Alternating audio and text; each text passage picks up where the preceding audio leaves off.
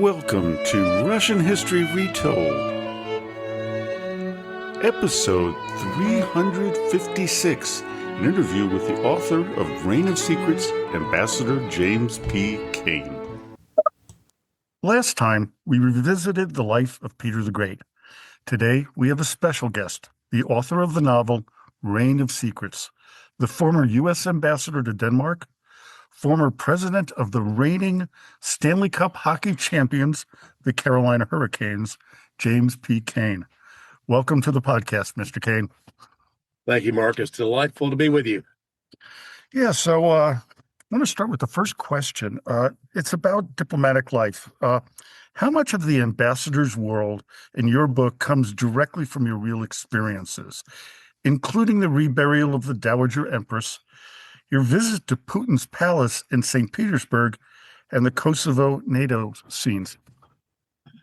Yeah, that's a great question, Mark, and thank you for that question. I think one of the reasons that this book has been so interesting to many readers is that it is a first person's, telling of the life of an American diplomat, and based on some of the popularity of recent television shows, the life of a U.S. diplomat is all of a sudden taken on some interest.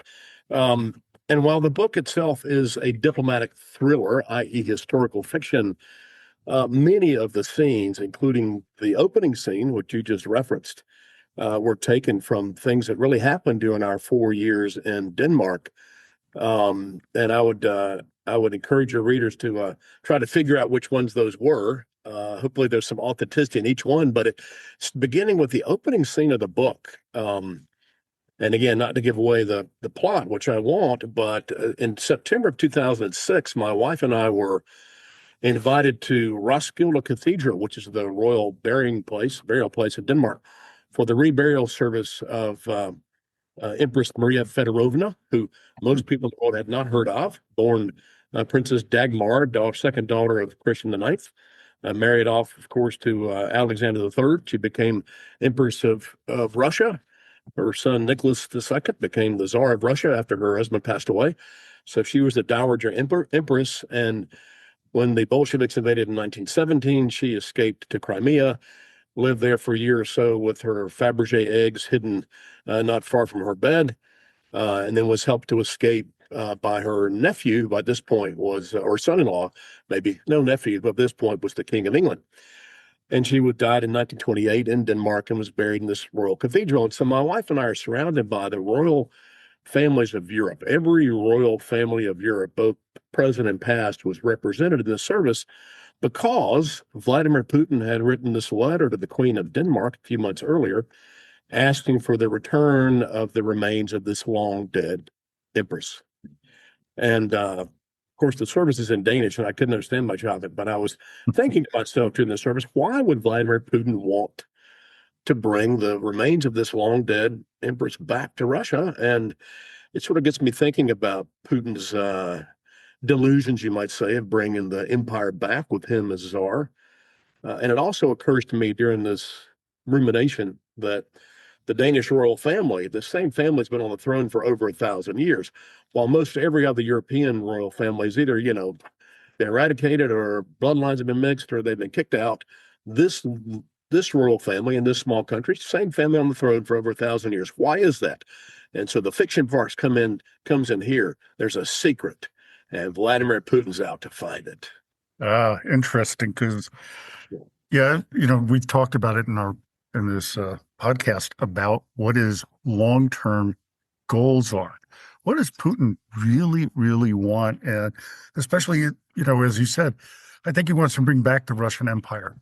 He wants to be the head of this, vast group. And that's why, he's threatening parts of Poland and Ukraine and the Baltic states, and some of the other parts of the Soviet Union that he was part of, in his role in the KGB. So what is your idea about what his long game is? Yeah, it's an interesting question. I have no particular insight, except there's an interesting conversation in the book between the American ambassador and Putin when the ambassador's in the Konstantinovsky Palace in St. Petersburg, where Putin resides when he's there. which I visited, by the way. That's one of those scenes that is very realistic based on my having been in Putin's Oval Office. But the premise of the book and my suspicion, Mark, after a decade or so in that diplomatic world, is he's looking for permanence. He's looking for legacy. Um, does he care as much about the future of his country? I don't know, but I think he is very much, narcissistic, autocratic, tyrannical, selfish. You know, so the idea of making himself czar at the head of an empire probably is very appealing to him. And there is, as you and your readers know, your listeners know, there is a group in Russia who's been active for a decade that's been agitated to try to bring the empire back. There's a reference to it in a Wall Street Journal article that I quote at the very beginning of the book. Um, so I don't know whether the title czar was the right title or not, but clearly Vladimir Putin is looking to expand in a hegemonistic way, expand the territorial claims that were lost when the Soviet Union broke up. He's looking to prolong and make permanent his own role in the future of Russia. And the most convenient historical way to do it would be to bring back the empire with a title, head of empire. Maybe it's a czar, maybe it's something else. But I think the basic premise of the book and observation that you started out this question with are probably fairly accurate in terms of what he would like to accomplish in the next decade. Yeah, that's just absolutely fascinating. I didn't know the closeness of Denmark with Russia until I started thinking about Alexander III. And, he was the ultimate, autocrat. I mean, Yeah. he really brought back the idea of Nicholas I of autocracy, and supremacy of the Romanov family. And, I've had a lot of discussions with my family and some of the people that my mother knew, and, all the Russian emigres, and their praise for, the Romanov family and the autocracy, and we need that back. And I was thinking, wow, really?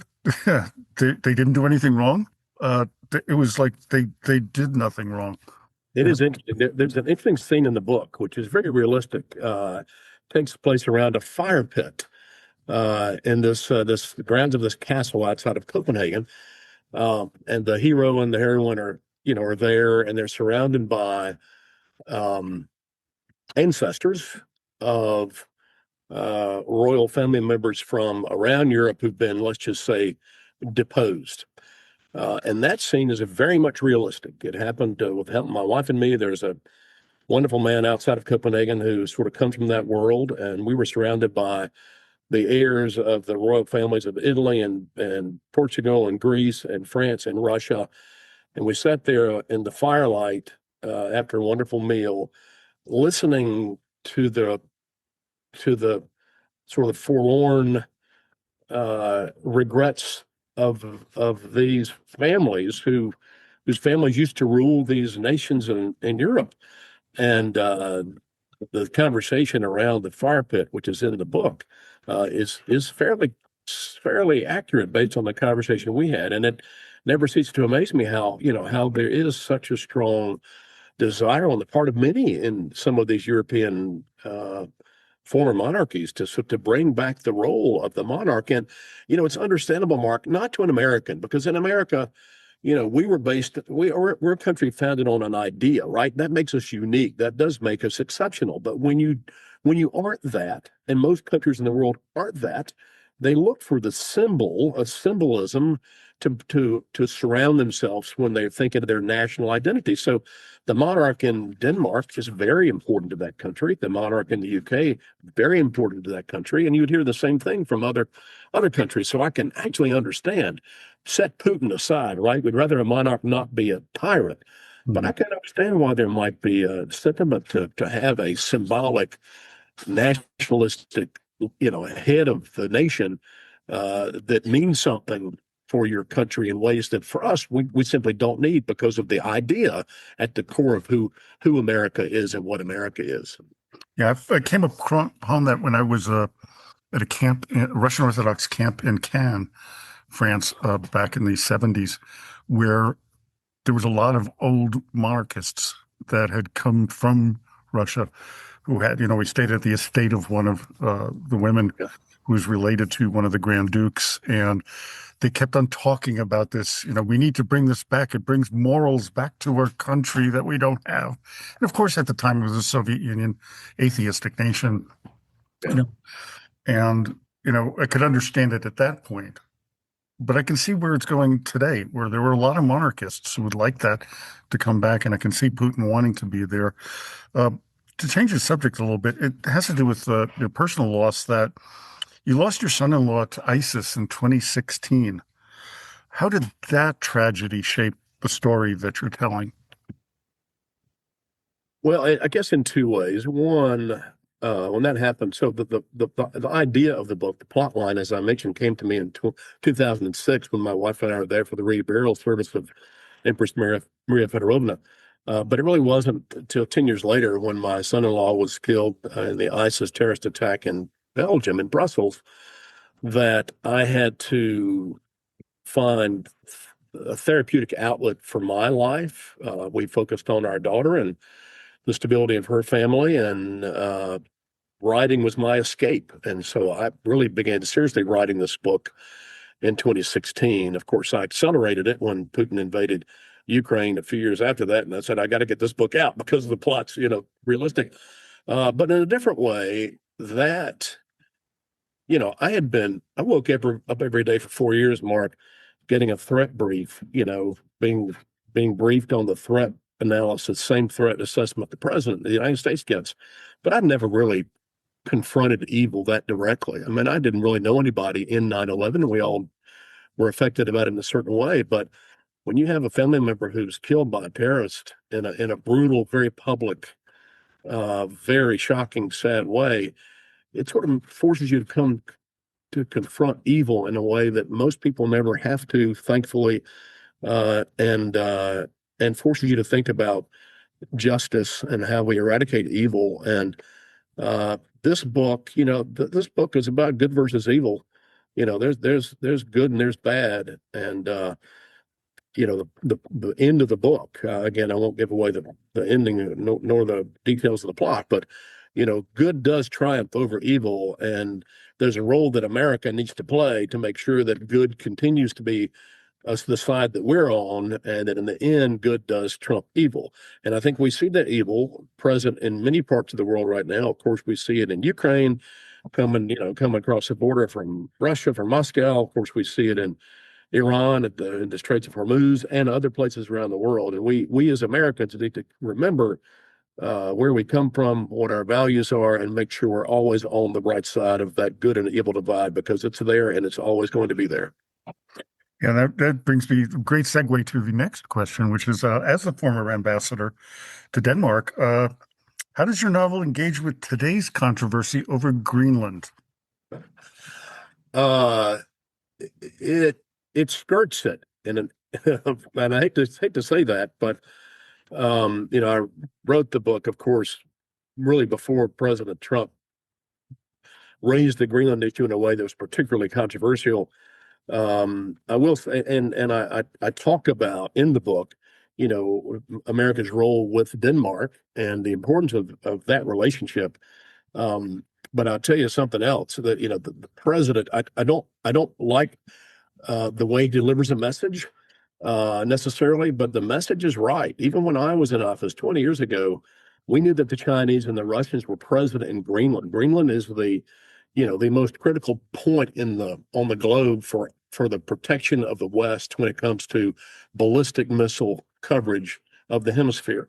That's where our northernmost facility is, and we were seeing signs of Russian and Chinese presence up there even then. I wrote a cable to the president, in fact, got released in WikiLeaks on that topic, encouraging America to have a more robust presence from a security sector in Greenland, because we couldn't necessarily assume that our allies would be able to keep the bad guys out. And here I'm talking about good and evil, bad, good and bad, right and wrong again.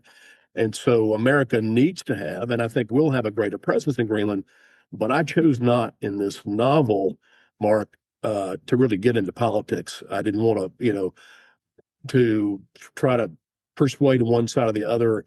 I wanted both my friends in Denmark and my friends in the administration, to appreciate my book, kind of like I wanted Catholics and Jews and Protestants all to, celebrate the ultimate ending of the book, which is good triumphs over evil, right? Mhm. So I don't deal specifically with it, but I do talk about the importance of a strong relationship between America and its allies, such as Denmark. Yeah, that's something that, I've discussed numerous times and, talked to some of the listeners personally, who've been involved with in Russia, Soviet Union, places like that. Sometimes there's things underlying what you hear on the media that there's this basis of truth, but then there's the delivery of the message, as you said. I mean, for us to take over Greenland and demand that Denmark give it to us, it's like, oh, come Yeah. on, But we do have military bases, as I understand, in Greenland. There are quite a few of them, but we do have to be careful. I mean, Putin isn't going to just back off. He will try to get whatever he can, and we have to understand both sides, and the Chinese are doing the very same thing. So I'm glad you Yeah. brought that part up. And the next one I found really interesting is beneath the action, the book carries a message. What do you want the readers to take away from your book when they're done reading it? Which I recommend to all my listeners. It's a fascinating topic. I'm really excited to finally get into it. Well, thank you for that recommendation, Mark. I think the ultimate message, and you don't usually start out writing fiction with a message in mind. Um, some people have compared my style of writing and the twists and turns of this historical fiction plot to Dan Brown, because there's a role that the church plays in this book, just as it did in Dan Brown's books.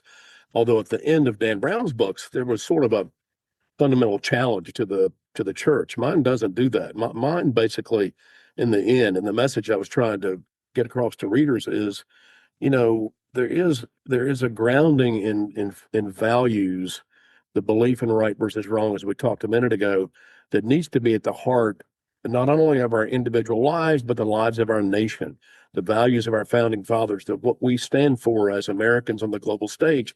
I can tell you, after 4 years living abroad, looking at America in a rearview mirror, the world needs America to play a role for good on the global stage. And maybe that role is minimized when there's not a lot of global conflict. But at this moment in history, there is such conflict. There is such uh, power directed in the wrong direction, whether it's by autocrats, tyrants, oligarchs, whatever you may want to call it, gangs below the border, that America has got to play a positive role on the global stage and resist this turn insular, resist this tendency to become an isolationist and focus just on America. America's critically important, of course, but we have a vital role to play on the global stage. I think it comes across in the book, where again, good does triumph over evil. Not that it's nationalistic. I think the book's it is well received by people around the world. But at the end of the day, America plays a vital, positive role. And my hope and prayer is, and the message of the book is, that we need to continue to play that role. And it's something that I've seen because, as I mentioned to you before, my Rotary Club is an international exchange. My family, my wife and I, and my daughter have hosted kids from Denmark, Belgium, Italy, Spain. We've had, international kids from Argentina, Chile, all over Europe, Czechia. I mean, we've met with these people, and they all feel attention. These are young people between the ages of 15 and 18. They feel this tension, but they also see America as what you said is this hope, something special. And I feel like there is so much tension in this world right now that it's going to have to blow off steam unless we vent it carefully, I think. I think that's right. There are 3 or 4 different conversations in the book. Again, they're all fictionalized, although there's a healthy dose of fact behind each one of them, where there's a conversation about whether America can be trusted and what role America plays on the global stage. And they range from conversations between, the the leading sort of the corporate titan in the book and his and the Lord Chamberlain of the Queen, to conversations with the hero and the heroine, the American ambassador's attaché and his Irish counterpart, and the conversation with the U.S. ambassador Vladimir Putin in Putin's palace in St. Petersburg. All sort of addressing that fundamental question, and it's a question the world is asking right now. And again, I'm not talking politics here, not talking partisan politics, but we do need to make sure that America doesn't relinquish that role, because it's a vital role, and it's a role that the world, not just our allies in Western Europe, but the entire world needs to make sure that they have confidence we're going to continue to play that role. Because, Mark, if we don't play it, there's nobody else to fill in that vacuum. That's absolutely right. I mean, we have a very big role, and I'm a little, concerned, as many of the listeners are. We understand the historical nature of Russia, what it's gone through, and the Soviet Union, that there's still these remnants out there that want to have more global domination. We just finished an episode recently of uncovering Stalin and his psychological issues and his narcissism, his sociopathic nature, and all these other things of how he wanted to dominate. And I've also covered things like, the KGB in the United States. I actually found somebody that was a spy for the Soviet Union, and he was in New York, and we all had inklings about it. But when I looked at the Mitrokin archives, there is somebody there that I went, I met that man. I knew him. And it was, back in Manhattan, back in the 70s and 60s. So we know that they're here now, and They're so here now, and they are, if you listen to the briefings come out of Washington, even these days, the Chinese are good, the North Koreans are good, but the Russians are the most active, the most aggressive in the types of espionage and manipulation of social media that you're talking about. The Ukraine war has perhaps slowed down or diverted their attention a bit, but it hasn't stopped their activities. And if you look where the malign actors are most visible and present in the world, more often than not, you find Russian fingerprints behind the activity. I know I've been a target of it. I've had to block certain people, like from Facebook and things like that, because I'm like, no, no, no, no, that's not true. And they would, try to manipulate some of the things that I've said, and claiming that I'm being biased about it. And then I said, wait a minute, you're not providing any facts here. You're putting your opinions, and you're driving, and I could see where they're coming from, because I also get to see some of the people in their comments. And what was interesting was when my wife and I went to Hawaii in February, I met one of our drivers. Uber drivers was actually a former, he worked with the military intelligence, and specifically about Russia and countries like Kazakhstan, Azerbaijan, and those type of those countries in the south of the Soviet Union. And it was fascinating to listen to, about what he said. I can't tell you everything. I can't tell you a lot of things, but they're here. And he says it's no question. So it's fascinating that even Uber drivers are, knowing about that.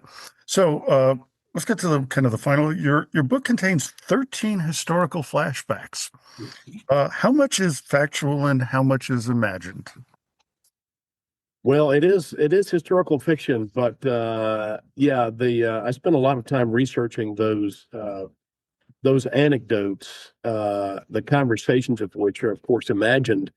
But there are a couple that are highly based on fact. One of the more interesting ones that's gotten a number of comments is one that takes place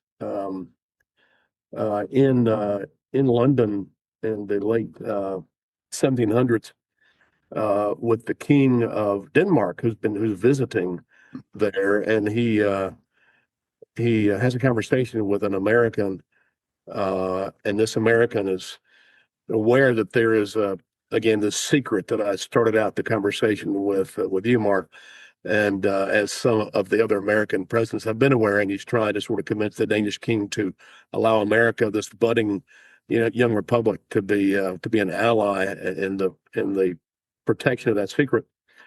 And as the conversation ends, the guest, thanks the Danish king, who was traveling incognito, by the way, at the time.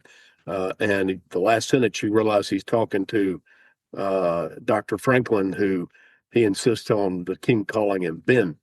The only king Ben Franklin ever met was the King of Denmark, and he met him in these strange circumstances in London, and nobody really knows what they talked about. Franklin wrote something about it in his autobiography, but so the scene itself is fact. The conversation, I imagine, is fiction, but relevant to the plot, as are the other 12 historical anecdotes that appear in the book. But I think it makes for an interesting read to try to keep track of the evolution, if you would, of the secret that Putin is trying to uncover and get his hands on. That's just fascinating because one of the ones that I've covered about a year ago was having to do with the conversations between, or the writings between, Andrei Kurbsky and Ivan the Terrible. Mm-hmm. Were they true? Were they fictionalized? Did somebody make it up? And there is a debate about this. And so, when I first did my first episodes on Ivan the Terrible 16 years ago, I took for, granted that these were conversations they actually had, accusations that they threw against each other. But now we have some doubt. And so, we always have to think a little bit about, when we talk about history, did that really happen? And we can sometimes think about it and say, well, this is likely what the conversation was. One of the other ones that we heard of and we think was true, but may not have been, was the conversion of the Russian people to Russian Orthodoxy under Vladimir the Great. There was this whole thing about, how we rejected some of the Protestants and the Catholics and the Muslims and others. And did this really happen? We have to begin to reassess our history and looking at. So a lot of what I think that they teach in history classes sometimes is fictionalized conversations, which we think is the truth, but may not be. It may be somebody who did a spin on what they thought was happening. So, that's why the book is so interesting. Somebody once said to me, from the theater of politics, the richest tales of fiction emerge. And boy, that's true. So, a lot of what we get excited about reading as fiction is based in fact. And that's true of much of what I write in Reign of Secrets.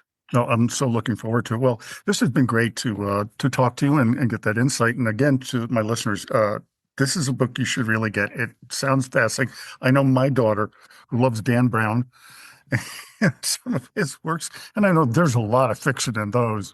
Yeah, right. She's wanting to be a writer herself, so I'm kind of going to get her the book as soon as we get off. And so thank you very much for being on it, and looking forward to having our listeners learn more about the book and find out what in the world is that secret. Is the secret. Thanks so much, Mark. Great to talk to you. Thanks for all you're doing to keep history alive. And I hope even your listeners enjoy Reign of Secrets. You bet. Well, thank you very much.